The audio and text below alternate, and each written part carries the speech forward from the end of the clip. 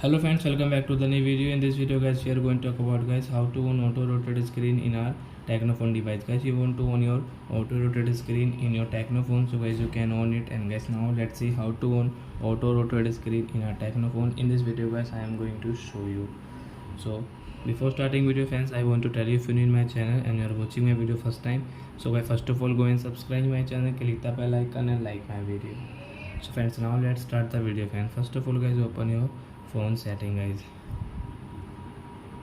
then guys scroll it, then guys you can see your display and brightness settings. So guys tap here, then guys scroll, and guys you can see your auto rotate screen. So guys you can on from here.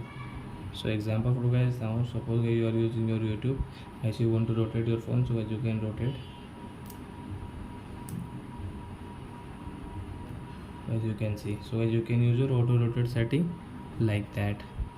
So I hope friends you have understood how to on auto rotate screen in our Tecno phone. So that's it guys, thanks for watching. Now we will meet our next video with new topic. Before going guys, please go and like my video, subscribe my channel. Bye bye friends.